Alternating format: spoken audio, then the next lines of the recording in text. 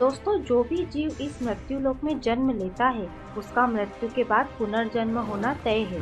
कहते हैं कि इंसान का जन्म उसके कर्मों के हिसाब से ही होता है और मृत्यु भी उसके कर्म पूरे भोगने पर ही होती है। वर्तमान जीवन में किए गए कर्म के आधार पर ही उसका अगला जन्म 84 लाख योनियों में से किसी एक योनि में होता है। तो आइए आज के इस वीडियो में जानते हैं कि कैसा कर्म करने पर मनुष्य कौन सी योनि में जन्म लेता है।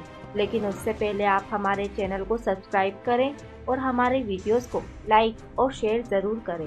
नमस्कार, स्वागत है आप सभी का वीडियो कलर्स यूट्यूब चैनल पर। दोस्तों, गरुड़ पुराण में कई तरह के पापों और उससे जुड़ी सजाओं के बारे में बताया गया है।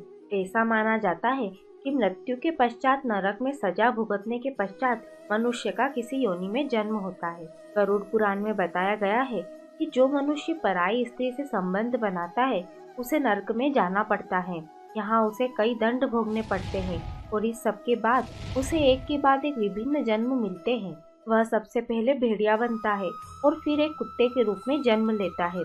इसके बाद वह सियार, गिद्ध, सांप और कौवा बनता है। इन सभी जन्मों को भोगने के बाद अंत में वह बगुले का जन्म प्राप्त करता है, जिसे समाप्त करने के पश्चात ही उसे मनुष्य योनि की पुनः प्राप्ति होती है। साथ ही जो मनुष्य किसी स्त्री के साथ जबरदस्ती संबंध बनाता है या फिर उसका बलात्कार करता है तो उसे भी नरक भोगने और कई योनियों में जन्म लेने के बाद मनुष्य योनि में उसका जन्म किन्नर के रूप में होता है। इसके अलावा गरुड़ पुराण में ये भी बताया गया है कि जो व्यक्ति अपने बड़े भाई का अपमान करता है, समाज के सामने उसे नीचा दिखाता है, अगले जन्म में वह व्यक्ति एक कौंच नाम के पक्षी के रूप में जन्म लेता है।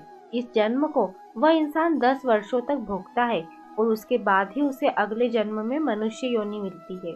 गरुड़ पुराण के अनुसार सोना या पैसे की चोरी करने वाले व्यक्ति को कीड़े के रूप में जन्म मिलता है।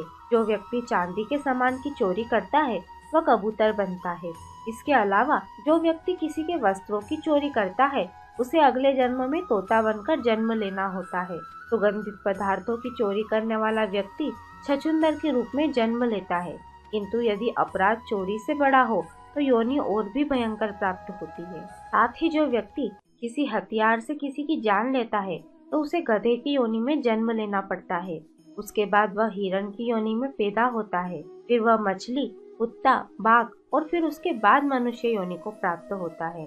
दोस्तों, देवताओं और पितरों को संतुष्ट किए बिना मरने वाला व्यक्ति 2 वर्षों तक कौवे की योनि में रहता है। इसीलिए कहा जाता है कि श्राद्ध कराते समय कौवे को अवश्य भोजन कराएं ताकि पितृगण संतुष्ट हो जाए। लेकिन यदि यह न किया जाए तो अगला जन्म कौवे के रूप में मिलता है। उसके बाद मुर्गा और फिर 1 महीने के लिए सांप की योनि में रहने के बाद ही उसके पापों का अंत होता है और उसे मनुष्य के रूप में जन्म मिलता है। इसके अलावा गरुड़ पुराण में इस बात का भी वर्णन मिलता है कि इंसान का अगला जन्म उसकी चाहत और प्रवृत्ति के आधार पर भी निश्चित होता है। यानी आपकी चाहत व प्रवृत्ति के आधार पर ईश्वर अगले जन्म में आपको उसी के अनुकूल शरीर देता है। मान लीजिए यदि आपकी चाहत लगातार कुछ न कुछ खाने की रहती है और आप भोजन के बारे में ही सोचते रहते हैं तो अगले जन्म में हो सकता है कि आप पालतू सुअर बनकर जन्मे जो हर वक्त खाता रहता हो।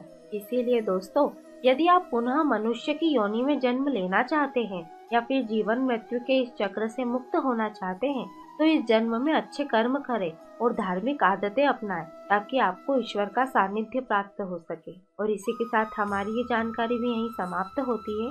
हमारे इस वीडियो को अंत तक देखने के लिए धन्यवाद।